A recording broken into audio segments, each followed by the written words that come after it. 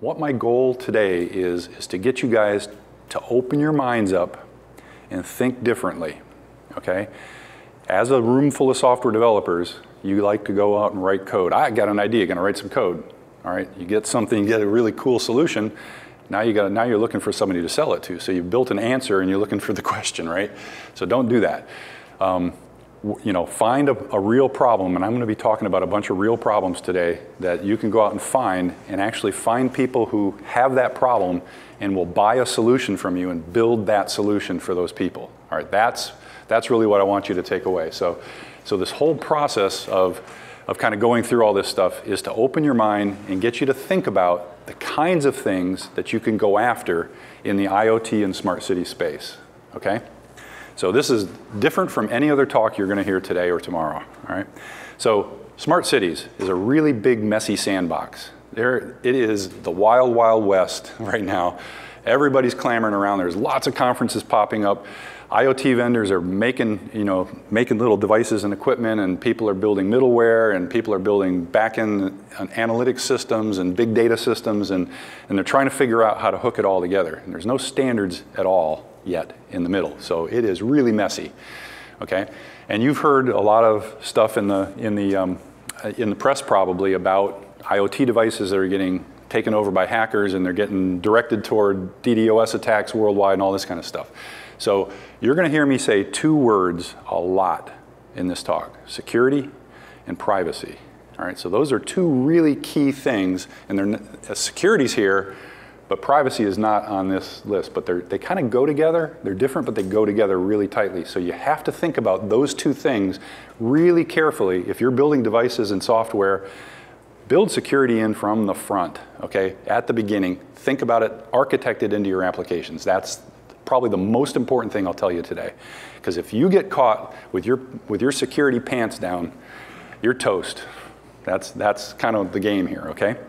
So, let's see. So there's a bunch of key factors. So I didn't put a lot of pretty pictures in here. This is kind of the meat, okay? So data, enormous amounts of data happening out there. And we run analytics on data, okay? So that's where you kind of change the bits into insights that you can act on, right? So what do we do with all that data though? You start adding sensors out in the field. So say you're a city, you got 12,000 streetlights, okay? Each streetlight pole is a platform that you can put sensors on. You put up there, well, of course, you got your cameras, okay, so you can see people. Cameras generate a lot of data. You got proximity sensors, you got environmental sensors, you got gunshot sensors, you got a little bit of everything. It depends on the city and where the pole is, but you could potentially have a dozen sensors per pole. You'll have maybe radar, maybe LiDAR. Okay, depending if it's an intersection, you might have LiDAR and radar both. So these things generate enormous amounts of data. And then you think about what's on the street. You got cars going by. Well, anybody got a car that's 2 years old or newer? All right, probably if you do, your car is a connected vehicle, like OnStar, you know, that Chevy has, or Ford has Sync, you know. Those are data systems, and what you're going to find is that your car is communicating or has the ability to communicate with the outside world. And pretty soon here, like with a Tesla, it's got all kinds of sensors on it that know what's ahead of it and can tell you that there's a pedestrian or there's another vehicle. Well, guess what? It's going to tell other vehicles, and it's also going to tell the roadside systems what's happening around it. All right, so you start thinking about these cars can generate a terabyte of data a day. All right, what do you do with all this data? Okay, so standards, they're almost non-existent. Everyone wants their standard to become the de facto. So there's a big fight and a whole bunch of crap going on in the whole industry of people trying to make standards happen. But there aren't any real official ones. There's a few communication protocol standards out there and that sort of thing, but for the most part, the big data standards, all these sensors talk different languages, and it's a mess, okay? Security, privacy, there's those two words, okay? Don't forget about those two things. I'll talk about them kind of on and off. So scale. All right, right now, cities are doing smart city projects, but they tend to be doing little sandbox things. You got a vendor come in, I'll do this for free for you. Aha, Nothing is free. So what they're trying to do is hook you into their system, and then they want you to buy the rest of it, okay? And it's real expensive once you get it going. And it, by the way, it doesn't talk to anything else in the world. So cities are finding that this is a really bad way of approaching their projects. What they need to do is look at the scale of these systems first, because you start getting thousands and hundreds of thousands of sensors out there, you got this data problem, right? So you got to have a back end that can handle it. Reliability is a big issue, and what we're finding is ease of use becomes one of those things that if you're not building that in, somebody else is going to do it and they're going to take the business, okay? So, challenges. Proliferation of devices. There are so many kinds of devices coming out these days. If you guys build hardware and you're building, anybody building devices here? Like IoT devices? Okay, cool. So this stuff, you know, think about it really carefully, what you're doing, what it can talk to, how it can talk to things. Security and privacy are kind of the big deals, right? So, so again, these are, you notice that I said key elements on the first slide, and here I'm saying challenges: data, standard, security, privacy. They're the same things. These are the big challenges that we have out there. That's the point I'm trying to make here. All right. Now, we got a couple of other things here. So what's happening now is the computing power is starting to move out into these edges. Okay, the cameras themselves have AI capability in them. So you got to be able to program the camera. So the idea is all of that raw data doesn't want to come back your network and get stored on your server, because now you got public records. If you're a city, you got public records requests can come against any bit of video data. It's really expensive to give people all that. So all you want to store in the end is the important stuff. Something happened here. I got 3 seconds of video that shows what it is. Throw everything else away. All right. So the computing is getting done, and the sensing of that stuff is happening at the camera, and the camera's filtering it. Okay, but you got it programmed intelligently so you don't miss stuff. All right, so this is a challenge. You got to figure out how to do this stuff, and then you got to get it through a gateway, get the data, you know, processed and ingested into your database. All right, and then there's a totally different viewpoint of consumer versus commercial. Okay, you know, on the consumer side, you control typically everything on your device, including your password, and if you don't change it, you'll get hacked. On the commercial side, it's kind of it's sort of the monitoring system. So all these commercial systems are looking at you, all right? And now this is where privacy and security start to come in. They're all looking at you and watching where you go and what you do. So along with these challenges, you know, who heard that GE just about went out of business a couple months ago? I mean, GE, of all companies, one of the biggest companies in the world, almost died like 2 months ago. So they're figuring out what they're going to do. They're selling their digital assets now. So how can a company like GE suddenly, okay? The world is changing really fast. That's what's happening. And GE wasn't paying close enough attention and got themselves into a lot of trouble. So now they're starting to split themselves out into small groups, keep the things that are really profitable, give the other stuff with challenges to somebody else. All right, here's opportunity happening. All right, listen, this is opportunity happening. You start seeing this sort of breakup of these big players. There's an enormous amount of opportunity available to you as a software developer to pick up the pieces, put them together in a meaningful way, and run with it. Okay? So, set of guiding principles. Technology is not the solution. It's an enabler. Don't ever forget that. So technology by itself doesn't solve problems. Example, there's been literally hundreds of not-for-profits that have gone to places like Africa or Latin America where people are really poor, and they hand out tablets and laptops. Technology, we're going to connect them to the internet and they're going to get smart.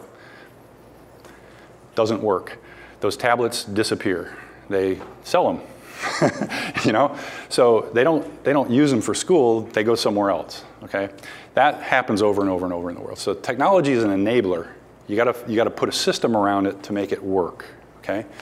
Standards are critical. However, they're not developed fully yet. It's starting to happen. There's a lot of work going on in the standards area. Get involved in it. If you're building products, that rely on standards this is really important. Get involved in the process and make the standard happen so that it fits what you're trying to do, or build your own standard, okay? This is the opportunity. Security, obviously, is imperative. You don't build it in, game over, okay? In the near future, it's going to be game over. If your device gets hacked, you know, you're blacklisted and nobody's going to buy from you again. So, platforms, multi-platforms. So we're moving into a world where everything has got to work with everything else. Great example of this is Microsoft. 10 years ago, totally proprietary. Open source, pfft. 5 years ago, Microsoft changed their tune. Open source is awesome. They weren't really demonstrating it. Today, Microsoft is the largest contributor to GitHub and GitLab of anybody in the world. All right, they are totally gone to open source now. So they're listening, they're watching the market, and they're figuring out what they have to do to survive, to move in. They don't want to be GE, okay? So platforms, multi-platforms, there's lots of different platforms. You start thinking about, I'll give this example in a minute, an intelligent intersection, all right? You want to know what's going on with traffic, pedestrians, bicycles, scooters, buses, autonomous vehicles. Okay, autonomous vehicles are here. You may not have ridden one yet, but you will soon. Okay. The number of vendors and platforms that are involved in an intelligent intersection probably gets into the couple hundreds of vendors that are involved here. All right, that's a lot of platforms without any standards today. So these things are real expensive and hard to build today, but they're moving really fast to a point where it's going to be plug and play. All right, and this is where you guys come in as software developers. You get to build the plug and play part, make it work. All right, make it easy. That ease of use thing, you build a product that plugs and plays, and the city leaders go, oh, it's that easy? I'll buy it. If they're looking at it going, damn, that's hard. I can't hire enough developers to do that, forget it, all right? If it's easy, they're gonna buy it. Don't build apps, build integrations. Think in terms of how your app is gonna talk to other things. All right, this is a mindset I'm talking about, okay? Build integrations, not apps. Analytics, okay? That's where the dollars are. You get out in this whole stack, I'll show you a picture in a minute of what that stack looks like, but this whole stack of sensors to database to analytics ultimately, and AI on top of that. Analytics is where the dollars are, all right? You build analytic apps, that's where the big bucks are. But it requires the stuff at the bottom, the devices and the data, and getting it there and putting it in the right format. Okay, so there's a lot of opportunity here too. I'll illustrate that in a minute too. So again, smart cities, the cities, the government is a catalyst. They're not the people that have all the money, all right? The money is in the private sector, all right? And you got to build public-private partnerships. So remember that term, P3 or public-private partnership. As you begin to build products, you're going to have to deal with both of these, and you're going to have to figure out how to fit them together. Okay? It's going to be up to you as you sell your product into these places to make that happen. Okay? So always say yes. This is a friend of mine, Glenn Wintrick. He used to be one of the he used to be in the innovation division at Dell. So he was responsible for most of the eastern hemisphere of the world in smart cities and IoT stuff. Always say yes. So my partner Sarah she gives this example. So Steven Spielberg comes to your company and he says, I want you to build me the most realistic animation of the Earth blowing up that anyone's ever seen. Anybody know how to do that? All right. So Steven Spielberg comes to you and says that. What do you say to him? Yes. Yes, Mr. Spielberg. Let me consult with my team and we'll get back to you with an answer. Okay? Are you going to tell Steven Spielberg no? No, he's probably coming with a few $1 million behind him, okay? So start with yes. Figure out how to do it on the back end. Okay? One size does not fit all with all this stuff. One size does not fit all. You got to think about how you're going to, especially because standards aren't really developed yet, okay? So you got to figure out how to make all this fit together. It's a big puzzle, and there's some pieces missing, right? So it's a journey, not a destination. You're never going to be done. You know, you write a piece of software, you write an app, is it ever done? Is it ever really done? No. Maybe you put it in production and you don't mess with it for a while, but it's never done. Somebody else always wants something else, right? It's never done, okay? Peter Thiel, globalization is about expanding markets. So as you build products, the world, the earth, the place that we sell software and technology into is becoming one. It's becoming a global market. All right, we live in the US and we live in probably the biggest, best market of the world, but think about globalization, all right? Multi-currency, multi-language, multi-units. We use English units and then the rest of the world uses metric, all right? Make sure it can work with all that stuff. From Italy, you got to think a different way now when you come to the US, right? Because we do Fahrenheit. It's like, what the hell is Fahrenheit? All right, so globalization is about expanding markets. Technology is about expanding innovation. Okay, so you want to expand your technologies, your innovation, expanding into a global market. So the thing about standards now, so standards are good, right? Yeah, standards are good. Yes, they are. They're good. It's kind of a trick question, though. So David Binkley, who works for a company called Iteris, they do transportation systems. All right, this is where the smart intersections and things. So he says, if you standardize everything, you freeze out innovation.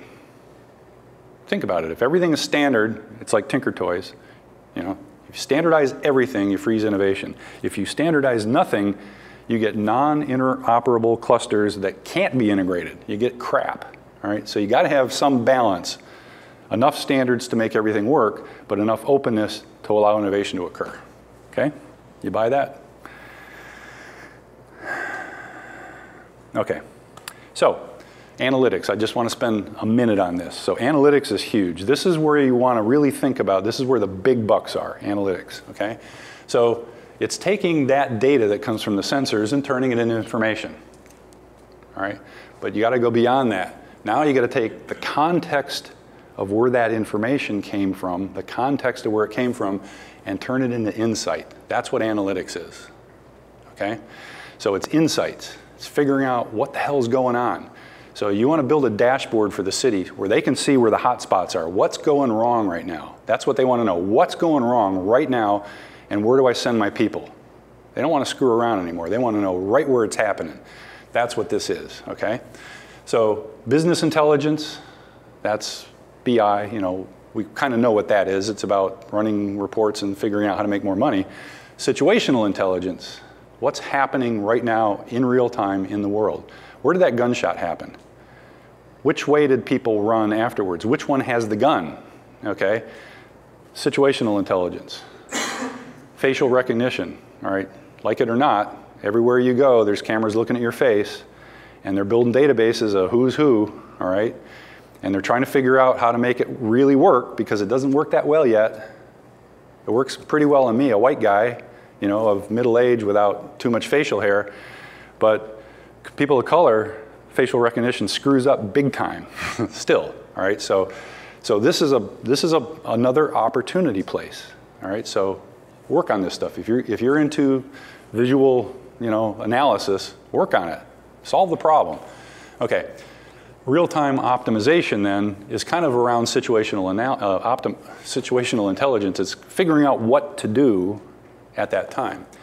So when you talk about analytics, there's really three sort of major types. This is analytics 101, okay? So we got descriptive analytics. What has happened? All right, that's the stuff we've been doing for a long time. Predictive analytics are what could happen. I'm looking out, based on, all right, think about Waze. Waze is a traffic app, right? Waze is constantly rerouting you. What could happen? It knows how long it typically takes your car to go from this point to that point. If it happens to be on your route, there's an accident, okay? They know all the other routes too. What could happen? Reroute, okay? And then prescriptive. What do we do? Think about an intelligent vehicle, a self-driving car. Self-driving car is about prescriptive analytics. Because you gotta do both of the other two, but then what should we do? Somebody just stepped in front of your car. You're going 60 miles an hour and they're pretty close. What do you do? All right? You got a truck on both sides of you. All right, I'm making this up, but you get the point, okay? There's a very complex, very real-time thing that happens here, Analytics, show you a picture. So down at the bottom, and I'll show you a different picture, you'll see this about 3 or 4 different ways. So down at the bottom, you got the sensors who collect data via gateways. And I talked about edge analytics. That's happening out there all around, think about the edge being where the sensors are, wherever that is. They're probably in your pocket too. You got a sensor in your pocket. You got a lot of sensors in your pocket actually. All right. So then you're going to do some data ingestion. You're going to take it somewhere through some sort of a communication protocol or network or something. You're going to process it, format it, store it somehow. All right. Hopefully you're storing in a way you can get to it. Then you're going to actually do the real processing on it. Once you have it in a database where you can run tools, analytics on it, all right, and again now you got this funny, some of it's happening at the edge, but some of it's happening in your cloud, right, in your cloud app. So then you got to manage all this stuff. Oh, who wants to manage data? Some people really love it. Okay, so opportunities. Think everywhere you look here, think opportunities, depending on what you do and what you're good at and what you really like, okay? Then at the very top, this business connectivity, you got lots of data now and a lot of insights, doing something with it, building apps, taking data out of the system and putting it in other places, controlling something with it, and APIs. APIs are probably the most important thing. When I said don't build apps, build integrations, that's the integration. The app's there, you got to build apps, of course, but think about the integration. Make it possible for other people to use your functionality. Okay, let's look at that picture in a different way. The connected world, at the bottom you got the sensing stuff, all that stuff, okay? Then you got a data integration, that's the ingestion layer. Then you got the analytics of things, whatever the things are. This is very simplified, obviously. And at the top you've got cognitive action. This is where you make decisions. That's where the insights tell you what to do. You'd start doing prescriptive analytics up there. That's the AI, okay? The world is turning to an AI world. This is where it happens up here, okay? So this is another kind of a simplified version of that same picture. So I'm going to come back to that model in a few minutes. So let me do a quick thought experiment. I'm going to give you 3 scenarios just to get your mind running on this. An intelligent intersection, I talked about it a little bit. You've got connected vehicles that are generating lots of data and able to talk to each other, and connected roadways. So the roadways now have sensors that can talk to the vehicles. So so what you're doing is when you talk to the connected roadway, it sends information along, so somebody down the road knows you're coming, okay?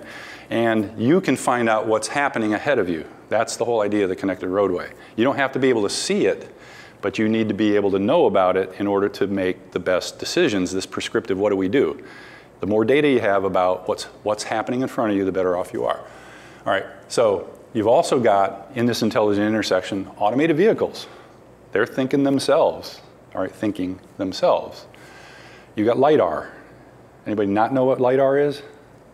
Okay, so LiDAR is like radar, except it's, so if you've seen a picture like in National Geographic or something of Maya ruins, they're finding patterns on the ground, okay, by shining LiDAR down, and they can see really small differences in height. So they can actually find where archaeological sites are in the ground by shining LiDAR down through the jungle and seeing the patterns on the ground. So it's a very sensitive vision system that cars use to see other things. And so just go to YouTube and search for LiDAR video. This stuff is absolutely amazing. All right, then you got regular radar, because radar works differently from LiDAR and works better in some conditions than other, so you need multiple sensors, and sometimes the sensor breaks, and you got to have, all right, you get the idea. Then there's visual cameras, all right? You got visual data. And a variety of other sensors, proximity sensors, weight sensors, wind sensors, environmental. Is it raining? Raining, fog, hail, all these things affect how those sensors work. All right. You got this enormous data flow in an intersection. There is so much data happening right there. It boggles your mind, okay? If you actually go to Las Vegas, and I'm not talking about going there to gamble, I'm talking about go to the business side of Las Vegas and look at the sensors on their poles, and if you get a chance, talk to Michael Sherwood, who's their CTO, and say, show me a demo. It will boggle your mind. They can tell where potholes are forming in the road because the connected vehicles tell you when their tires slip a little bit, and they can tell where the road is rough. It's amazing what can happen. Privacy and security, obviously. We got people going through there. Some people like to be more anonymous than other people, all right? But you got all these issues of security and privacy again. So remember, I'm gonna keep saying those two words over and over so you don't forget them. And then today, this intelligent intersection is a bunch of discrete components that are all chicken wire and baling twine together, all right? And a little bit of spit, some duct tape, all right? There are so many, 12 to 15 companies tech just in the LiDAR sensor so that, that like a person at a crosswalk knows that there's a car coming, okay? There's like 15 companies involved in that little bit of process. So there can be upwards of like 200 companies and technology available in this intersection. All right, another model, shopping personalization. You go to the store. All right, you're gonna start seeing this where you'll walk up to a case, a display case, and there's a panel on it that'll interact with you, all right? It'll see you coming. If you happen to have registered with the store system, it'll know who you are because it recognizes your face. If you haven't registered, well, it's a male. He appears to be happy. He has a full cart, all right? So he buys a lot, okay, whatever. All right, so it knows about something about you just by how you move and what the look on your face is like, all right? But if you're there, if you're registered, it knows what you typically buy, what you buy with, all right, so you're making tacos today, you're gonna buy one set of things. If you're making steak, you're gonna buy something else, right? So it already knows what you picked up off the shelves, and it will help you select what's in that case, all right? So this is coming, all right? So sentiment analysis, how do you feel? Are you mad? Are you frustrated? What's going on with that person there? The preferences, taste, the history. It helps you, okay? Customized message to them. So this is a huge opportunity for branding and advertising, marketing, all right? So if you're working with people, this is the new way that user marketing is happening, social marketing is happening.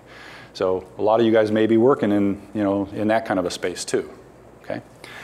Let me give you a third one. Personal tech. So I asked convergence. So I got one of these. All right, I don't have a wearable today. I got one of these, I got one of these, I got a bigger one of these, I got a screen on the wall that I can touch, all right? So I got a bunch of different devices. They're all used for different things, but somewhere along the line, all right, so what was it, 15 years ago maybe, that we didn't have these yet? All right, who could have imagined what would be in this today? That your maps are here, the whole globe is here. In fact, the whole solar system is here now. You can do all your analytics, you can run your servers from this thing, okay?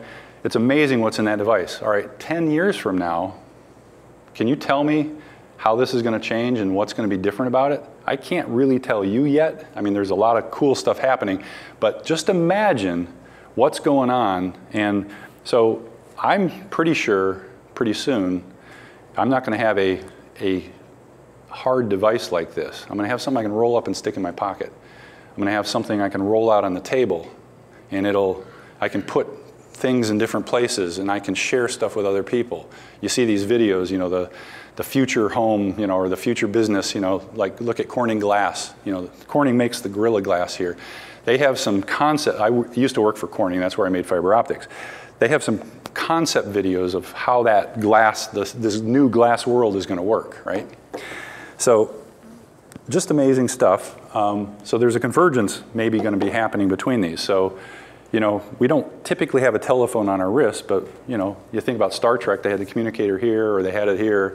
There's gonna be all different stuff happening, all right? So again, I'm opening your mind.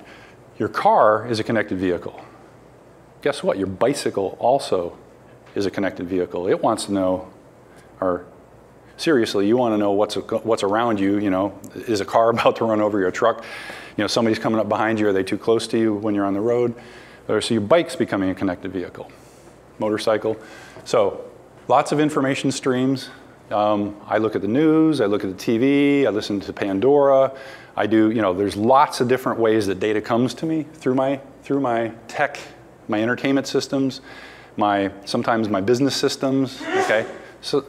So preferences, you look at MSN News or whatever, and you can pick what categories you want to look at.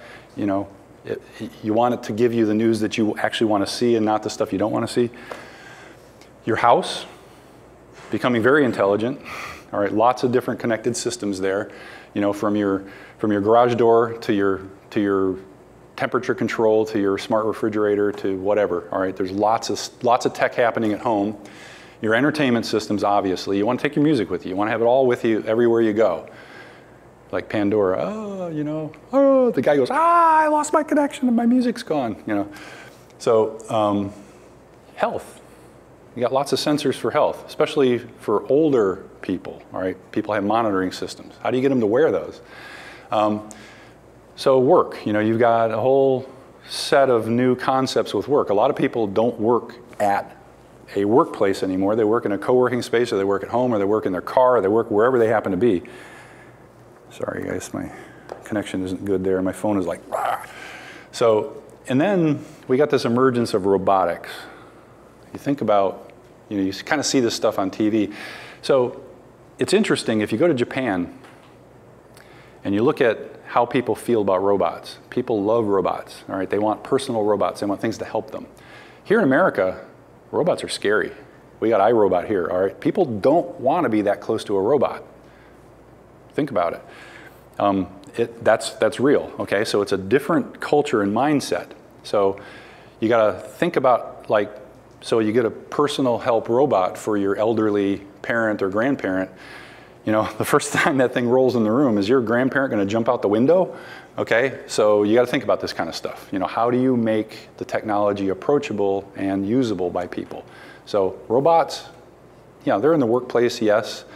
They'll be in your shop. They're going to be all over the place, helping people, whatever. So those are just some thought experiments about the kinds of things that you can think about as a developer building apps and integrations, throughout the world. So very, very interesting stuff.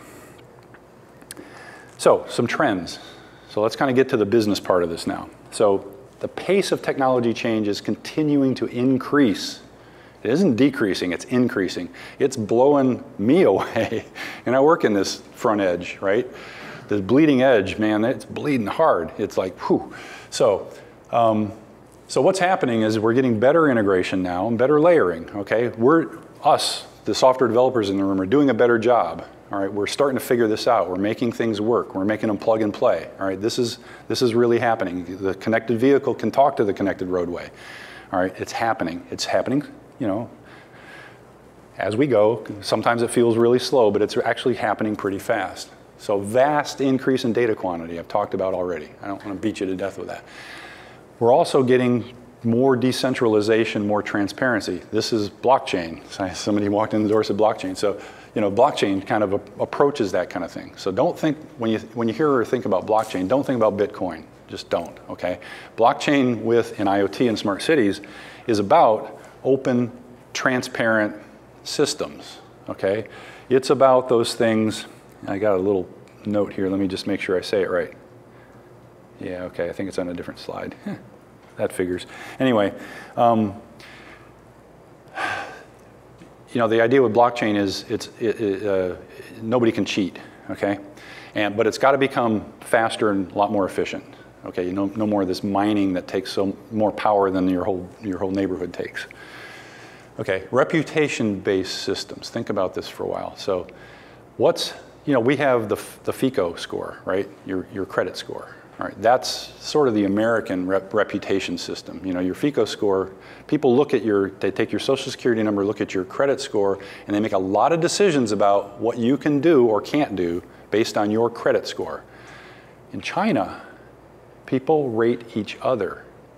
It's sort of like, see, the Uber system doesn't work. You rate your driver, it's all fives, right? Unless somebody really screws up. So there's no real rating there, But in China, everything they do is based on how they interact with other people, and everything is rated. It's like life is gamified in China. It's just, you got to go there and see how it works.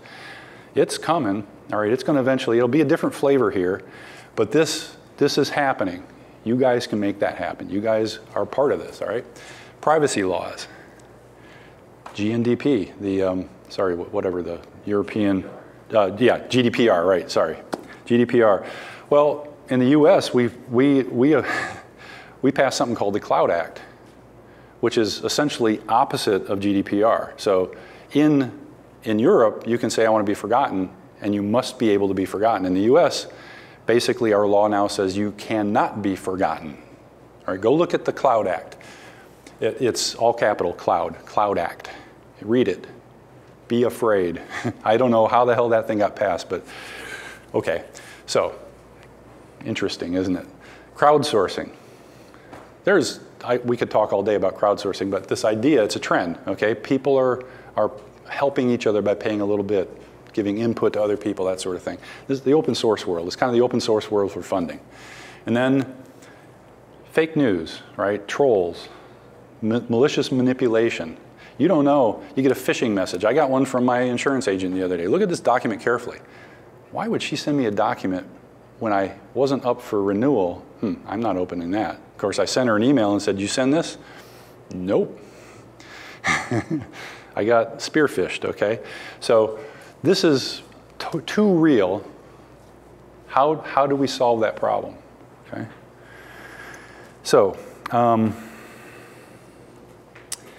I didn't even talk about, okay, next slide. So, is your keyboard, how long is that going to be an actual device that we use? I don't know. You know, it's been around a long time. I love the keyboard. Are there better ways of doing data input? So I've started doing voice recognition, so speaking to my computer and having it type for me. Alex was coming in the car. I said, we're not calling it texting anymore, we're calling it voicing. Because he didn't type anything on his phone, but he sent a bunch of messages. Similarly, when I go and I start to read a story, I'm going to sit there and read that story. No, I'm going to say, read it to me at 3 times speed. Blah, blah, blah, blah, blah, blah. Your brain can take it a lot faster than you can actually read it. So I find when I read, my mind wanders because my eyes won't move fast enough.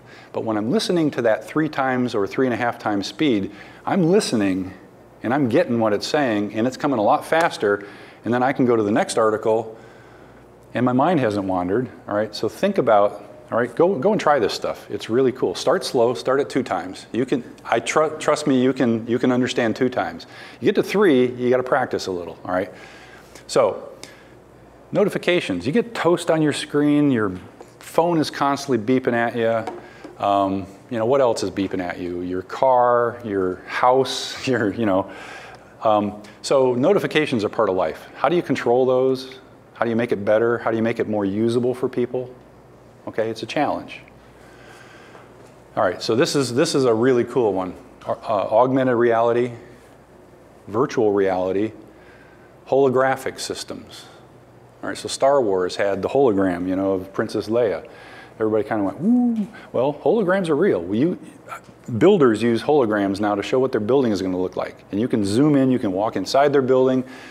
So you can go to an empty lot and put on a pair of glasses and you can see the building, and you can see the swimming pool, you can see the fence, all right? They'll take you and show you. And what's happening now inside of buildings, they get mapping of the entire, all the systems behind the walls. You put on your goggles, you can see where the wires are, where the plumbing is, where the vents are through the walls. So if you're doing maintenance, all right, this is a really cool way. I want to cut a hole in a wall to get something. I don't want to cut the hole in the wrong wall, in the wrong place, or whatever. Or even better, you do some analytics and you can see where the leak is in the plumbing because the system somehow figures it out and it shows you where it's at.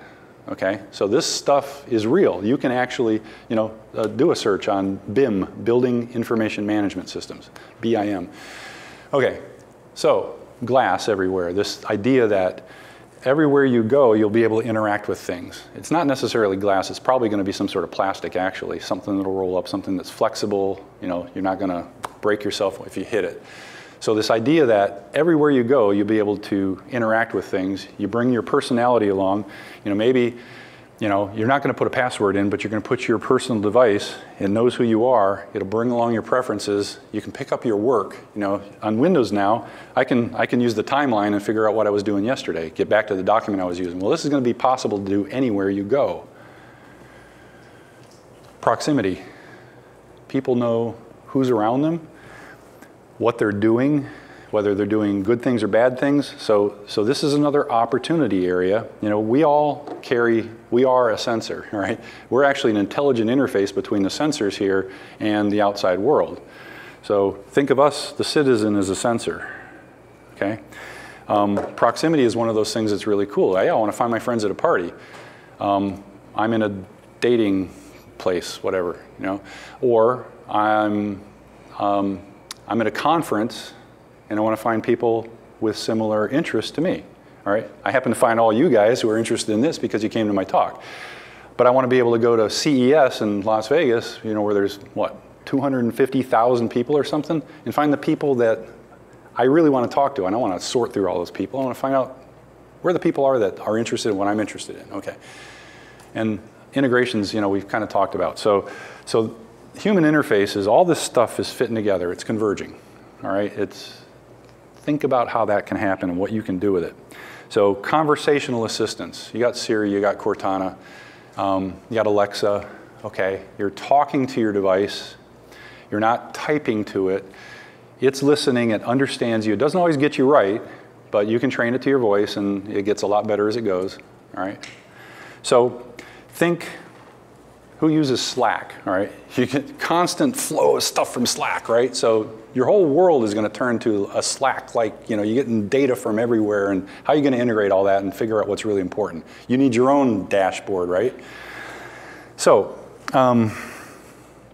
this idea of integrations too, you think of Zaps, if this then that, Microsoft Flow, all right, there's apps that help you integrate all your other apps now and make it really easy to get data from one place to another. All right, this stuff is happening. It's all turning into a modular plug-and-play world. You know, make it even better, make it better, make it better. So let's think about the business then. So there's a lot of moving parts. I talked about a lot of different stuff, doing time-wise. And there's a lot of opportunity. All right, the IoT space, the cloud world, okay? Big data, we've heard about big data for so long. Well, that's where the analytics are, right? Blockchain, what are you gonna, you know, there's so many different kinds of applications that a blockchain-like technology, the open, transparent ledger systems, and if you haven't started playing with it, probably eventually you will, all right? So Microsoft has got a blockchain workbench that's absolutely incredible. Part of my role as a Microsoft RD is I get invited to some of these like insider things, and I help them develop the technology. So we take input from people as we work with them and hear about it, and take it in and say, okay, so here's another use case that we never thought of before. Let's figure out how to make this thing, you know, like, you know, sharing credentials and sharing privacy rules and things like that, whatever. Security everywhere, all right, really, security everywhere. So be responsible, make sure that you're building security into everything you do, and insist on it when you work with other people. Otherwise, like I said, you're just gonna get dumped, all right? You're gonna, pretty soon, that reputation-based stuff that happens, they're gonna find out your stuff is crappy security and nobody's gonna buy from you anymore. So emerging standards, be involved in it. Citizens are a great place. How do you get input from people? All right, you wanna sell a product. Who's gonna buy it? How do you find out who's gonna buy it? All right, we build a website, we do some social media marketing, we tweet, all right, you know, we do all this stuff, but think about how you can get data from people. All right, you know, there's a sensor right here, and if you can find a way for people to give permission for stuff to come from them, all right, you've got some opportunities there. And this idea of you know, use applications. Just, you know, we build apps, right, as developers. So think of building integrations into your apps. So this is the kind of stuff where the opportunities lie. So think about this. Gartner has predicted that the majority of new business processes by 2020, the majority of new business processes will use some sort of an IoT device in them. And they also say that by 2025, this could be a $2 trillion market in IoT, and most of the companies that'll be making profit from that don't even exist yet. I'm going to let that sink in for a second. So now is the time to be doing this stuff, to be jumping out ahead, to innovate. You want to launch a startup, it's a great time to do that, all right? You got to get an idea, figure out who's going to buy it before you build it, all right? But now is a really good time to be jumping in. Find partners, find people who are doing something similar and integrate with them, okay? There's lots of ways of doing this. The S&P 500, 50 years ago, the average age of the companies on the S&P 500 was 75 years. Actually, I don't think it was 50 years ago. I think it was more like 20 years ago. The average age of the companies was 75 years. They had been in business that long. Today, the average age of the S&P 500 is less than 14 years old. So the biggest companies that are being watched financially are really young now. All right, the world, GE is imploding. Right, one of the biggest, oldest companies in America, in the world, imploding. It'll get broken up into pieces. It's young companies, it's startups, it's innovators. It's you guys, okay? This is a market map.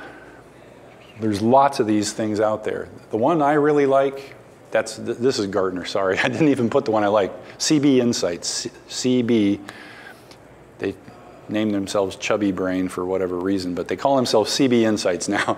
CB Insights has got the best market maps, but these are, so this is that stack again.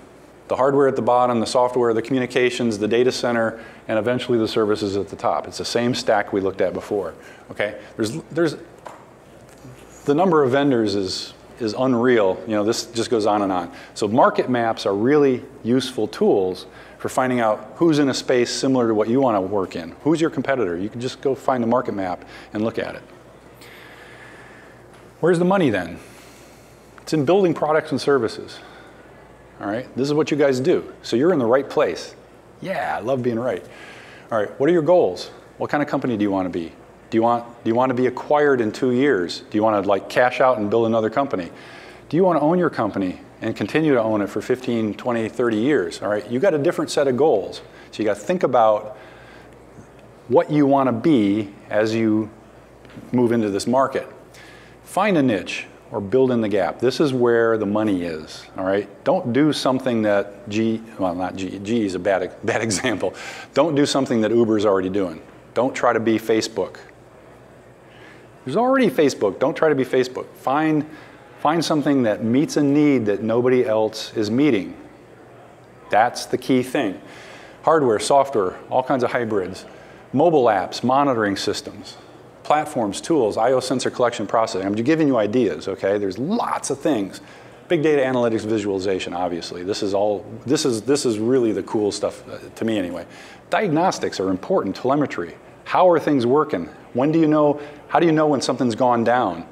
You run an oil pipeline. You got a sensor go bad. How are you going to know about that? The battery's gone dead, something, all right? Monitoring, preventive maintenance, same kind of an idea. Operations and insight. You know, you got to run these data centers. Somebody here is doing this kind of stuff, all right, already. So I'm talking to you guys. Your best friend can be makerspaces, accelerators, incubators. All right, find out what the hackathons, what the topics of the hackathons are. I live in Tampa. We got SOCOM over there. That's the Southern Operations Command. That's the Special Forces people, okay? They're always looking for new technology. I think that's about my time, right? They're always looking for new technology, and the way they go about it is they run hackathons. They give you a problem to solve. Listen to what those problems are. Those are real things that people will buy from you, okay?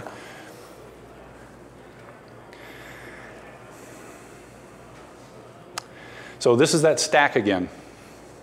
There's things, the Internet of Things, right? There's things out there, sensors. You weren't really intended to read this part, so don't worry about it. All right, there's connectivity, you know, communication systems, okay, all that kind of stuff. So I'll show you another slide that shows where the money is on this page. All right, so then you got the infrastructure, the cloud, the data center, the software. You got data ingestion, all that bringing the thing data together and putting it into the database. Then you got the analysis of the data, all right? But there's stuff above that still. Custom apps using all that thing data. And then at the very top, transformational decision making based on it. That's the cognitive analysis, okay? So the stack is a very interesting stack here. So let's look at it in a totally different way.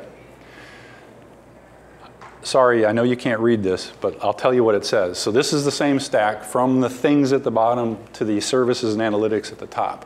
What you want to do is look at these two things right here. All right? The arrows pointing up are the things with the most future potential. That's the stuff that's growing. All right? It's the stuff at the top of this stack. 60% of the money is right here. It's at the analytics, IoT applications, and the services, the cognitive level. It's up here. There's a little bit down here at the sensors, not a little, it's actually pretty big, but sensors are good. Don't worry about communications, don't worry about the backbone, the cloud, the identity and security. That stuff somebody else. Let an expert handle that, unless you happen to be in that space, okay? But it's in building applications, duh, right? So just a couple of last thoughts here. So in the data marketplace, you got providers sending data, you got a marketplace out there, you got consumers, okay? The idea is you send data in, somebody aggregates and anonymizes it, whatever. Somebody else pays for it, and that creates incentives to share data. So you can actually create a data marketplace, okay? This is what cities are trying to do right now. They're trying to figure out all this data that's being collected in the city, how do I monetize that? Okay? Opportunity everywhere you look, okay? Aggregated data can be an incentive, okay? This is really powerful stuff right here. Data is important and it's valuable. People will pay for it. So your markets. We talked about most of this stuff, AI and visualization, voice control, the IoT stuff, security products, obviously, augmented reality, virtual, genomics. DNA databases are huge right now. All right, all this connection between people, all right, so our anonymity is now totally gone. As soon as one of my relatives puts DNA in the database, I'm there too, right? That's the way it works. They've been tracking down killers now based on family ties and DNA. It's a new world. It's a new world. Get used to it. Autonomous vehicles, intelligent transportation systems, precision agriculture. Think about a lot of the world as desert. You go to the Middle East, they got 1%, 2%, 3% arable land. They need, if they want to grow any food, they need a way of doing it very efficiently. Even in the US or in Russia or in Canada, where we grow the bread baskets of the world, precision agriculture saves money and decreases waste. So connected car, and we're in Florida, so I have to say space technology. It's a huge area of future business. But who said it would be easy? There's a bunch of drivers and a bunch of barriers. This is expanded internet connectivity, high mobile adoption. This is a global thing. Low-cost sensors, large IoT investments happening now. The barriers, security, privacy. There's those two words again. Implementation problems, technological fragmentation. It's lack of standards, okay? Multi-platform is huge. Again, I talked about that a little bit earlier. Integration is all about standards. Very much in development. Data ownership is a huge problem. All right, if a vendor comes in, so gunshot sensors are a great example. Sell a gunshot sensor to the city, but what happens is when a gunshot happens, it goes back to the company that provides the sensor. They analyze it and tell the city that a gunshot has occurred. There's this lag time. They own that data, the city doesn't own it. All right, so those kinds of things are big issues. The citizen is a sensor and the city is a platform. Think about the big picture of this stuff. Security. So you're supposed to laugh because this is the joke. The S in IoT stands for security, all right? I've talked about it. It's an absolute imperative. It goes with privacy. Okay, so blockchain is a question mark because that's really what it's about, right? The IoT business model, you find a market, does it solve a problem? People pay you for value in the marketplace. That's what it's all about. If you give value to the marketplace, people will pay you. How will you sell it? You got to figure that out. And your model is, how do you make money? So make sure you build a good model. Work with somebody who understands this stuff. Don't try to do it yourself. You're a technology person, all right? Let the business person help you. You might also be a really good business person. That's cool. So, but work with somebody else. Nobody can do all this themselves. This is another kind of a take on it. You know, you got the raw data trader, the data normalizer. Now you get the aggregator. So the value gets higher as you come toward this side. So the quality assurer. Okay, somebody was a quality assurer here.